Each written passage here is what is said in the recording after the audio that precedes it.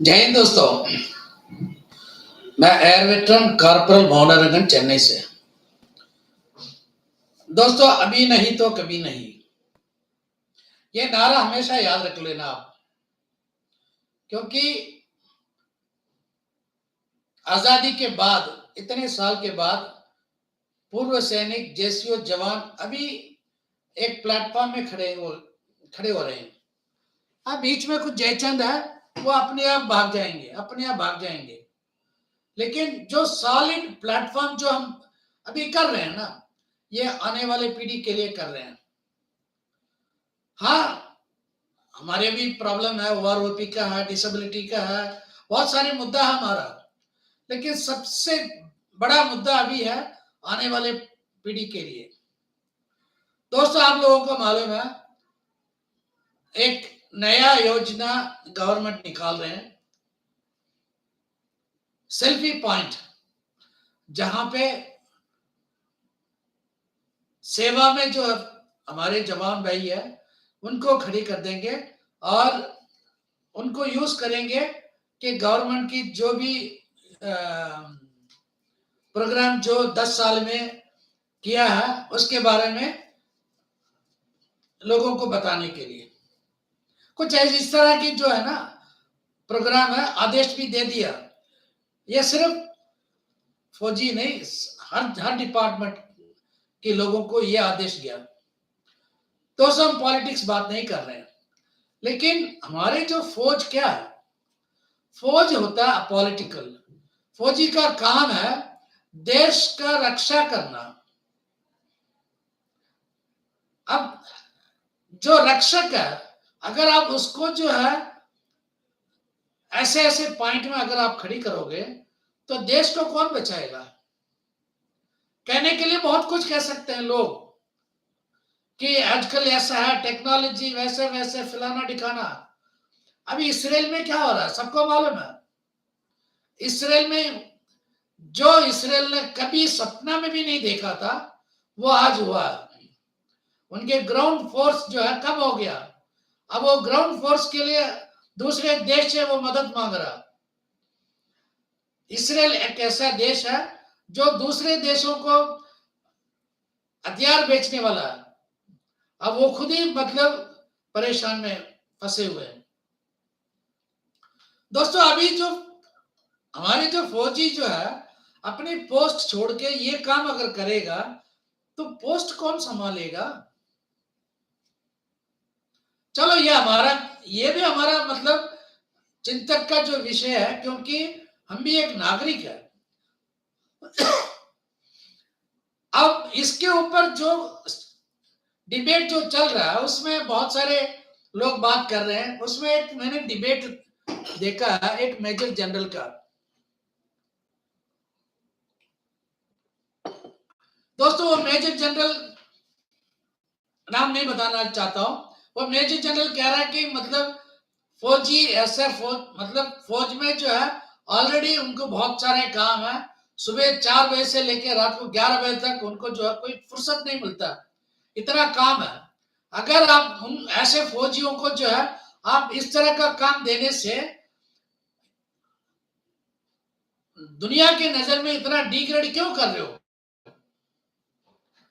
ये retired major general है। मैं उनकी बात को मैं तो नहीं टुकराता हूं, उनकी बात से सहमत हूं। लेकिन मैं उस मेजर जनरल साहब से ये पूछना चाहता हूं, जो फौजी कुत्ता घुमाने के लिए, टट्टी उठाने के लिए, या मतलब कुत्ते की पोटी उठाने के लिए, और मेम साहब के लिए सब्जी लाना, मेम साहब के कपड़े धोना, जब इतने जो है उसके ऊपर आप लोगों ने अत्याचार किया था, उसको मतलब देख के दुनिया नहीं हंस रहे थे? उस टाइम फौजी का जो है इज्जत डिग्रेड नहीं हुआ। अभी इससे डिग्रेड हो जाएगा।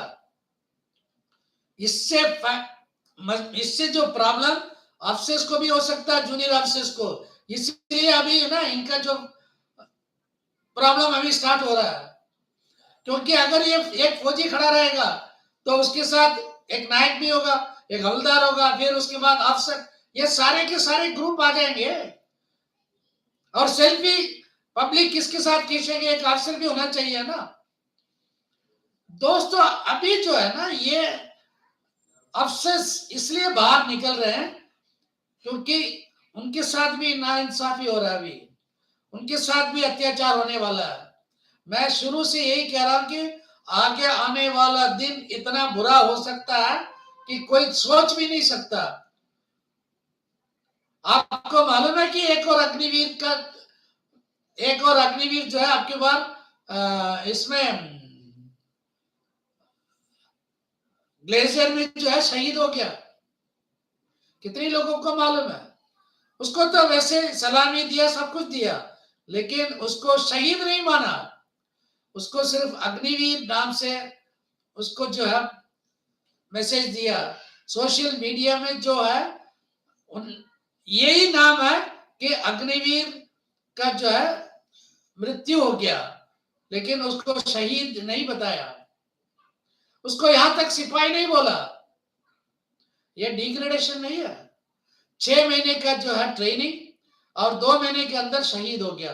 भाई ऐसे बच्चों को क्यों मतलब बेचते हो वहां पे, जिसको कोई फायदा नहीं, कुछ नहीं है। दोस्तों ये जो है ना, ये डिग्रेडेशन के बारे में जब आपसे जब बात करते हैं ना, ये जो है डिग्रेडेशन से ज्यादा है ना, इनके मुंह से जब वो शब्द निकलता है, इतना गंद शब्द हमें सुनाई देता है। हम तो ये समझते हैं कि डिग्रेडेशन जो है अफसोस को कहने का कोई मतलब ही नहीं है।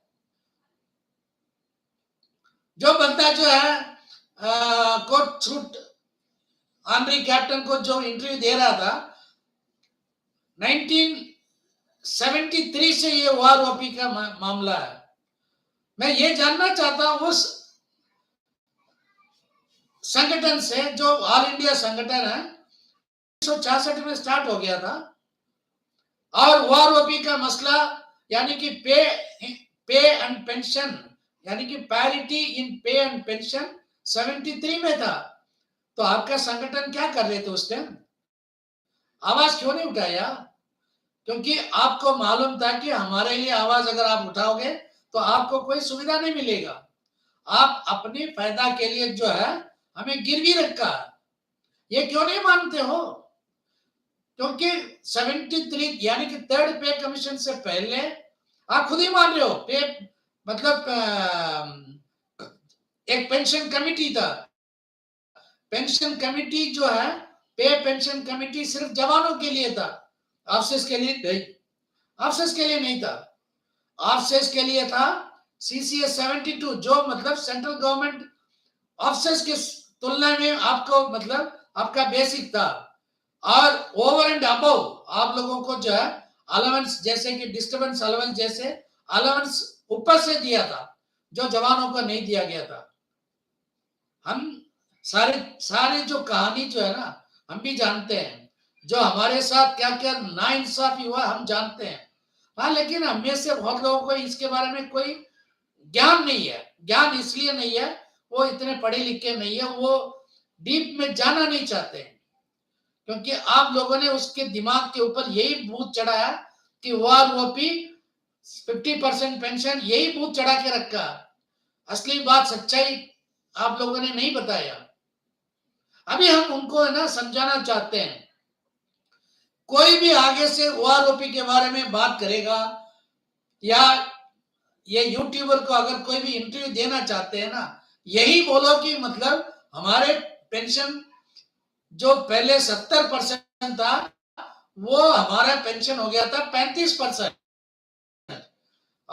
और जो अफसर का पेंशन है जो 33% था, वो 50% में वो अपना बना लिया।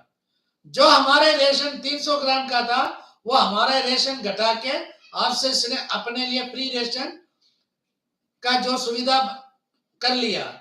और जो हमारे जो फैमिली फ्री मैरिड अकोमोडेशन जो है, वो उसका फायदा कम करा के आपसे ने अपना फ्री अकोमोडेशन करा लिया। ये सारी बात हुआ है 1973, यानी कि थर्ड पे कमीशन के बाद। दोस्तों ये जो है ना, ये अभी हम जंतर मंतर पे जो है 9 महीने हो गया, अभी 9वां महीना चल रहा, उसका असर है ये सब। अब आपसे इसके दिमाग में यही घूम रहा है, यही चक्कर यही घूम रहा है कि भाई इनको किस तरह वहां से उठाए, लोगों तक सच्चाई नहीं पहुंचना चाहिए। ये है हमारे सफलता।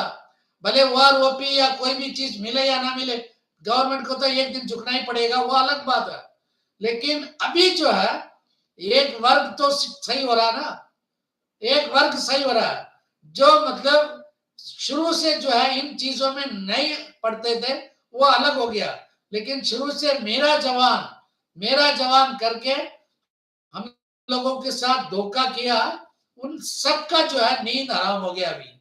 अभी वो सब आगे आएंगे, बोलेंगे कि हम जवानों के लिए लड़ेंगे। क्या पता कल को बोलेंगे कि हम आपके साथ बैठ जाएंगे धरने पे, बोल भी सकते हैं, क्योंकि उनके पास और कोई चारा नहीं है। दोस्तों, जैसे ये फेक फेडरेशन वाला है, अभी हवन नहीं करेंगे, ये हवन करेंगे किसी पार्टी को जिताने के लिए। ये सबसे बड़ा गद्दार अभी आरएसएस से ज्यादा है, यही गैंग है। दोस्तों, इसके साथ मैं प्रोग्राम में खत्म कर रहा हूं, क्योंकि मुझे आप लोगों को सिर्फ दो चीज बताना था। एक जो शहीद हुआ है ग्लेशियर में, एक उसको श्रद्धांजलि नमन करता हूं, और दूसरा जो है आरएसएस से अभी बच के रहना, क्योंकि हमारे जो आंदोलन तेज तेज गति में जा रहा है और सफलता की और हम आगे बढ़ रहे हैं। 25 तारीख को सबको याद है, अभी नहीं तो कभी नहीं, ये नारा हमेशा याद रखना। जय हिंद, वंदे मातरम, भारत माता की जय।